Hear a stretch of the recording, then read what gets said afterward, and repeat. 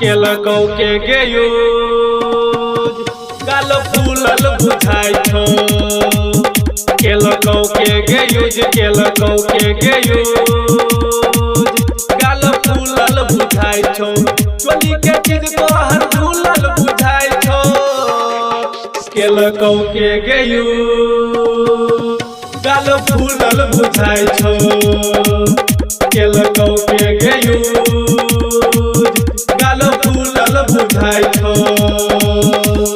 DJ good Madhubani, DJ good Madhubani, DJ good Madhubani. माँ Lakshmi recording studio Baheri.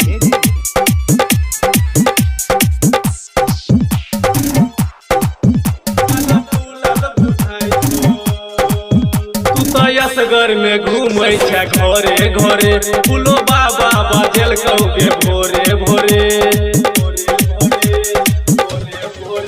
तू तयसगर में घूमै छै घरे घरे फूलो बाबा बाजल कौगे भोरे भोरे।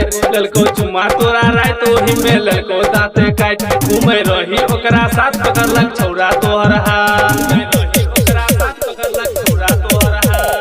लहंगा के भीतर में घुलल बुझाइ छौ।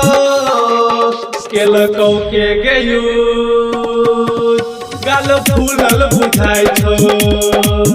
केलकौ के गेयूज गाल फूलल बुझाइ छौ।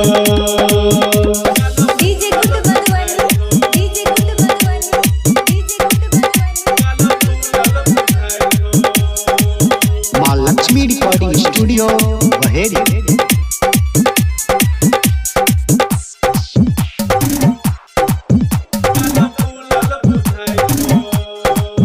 हरदम रहै छौ मोबाइल बीजी में गे नंबर दऽ देलही अपन ईजी में गे। हरदम रहै छौ मोबाइल बीजी में गे नंबर दऽ देलही अपन ईजी में गे। छौरी लागै छै झकास फिल्म सम्राट केलकौ नाश। ओइसे पहिले केलकौ यूज अरविंद भेलौ कन्फ्यूज। पहिले केलकौ यूज अरविंद भेलौ कन्फ्यूज। चढ़ल जवानी में हुलल बुझाइ छौ। केलकौ के गेयूज गाल फूलल बुझाइ छौ।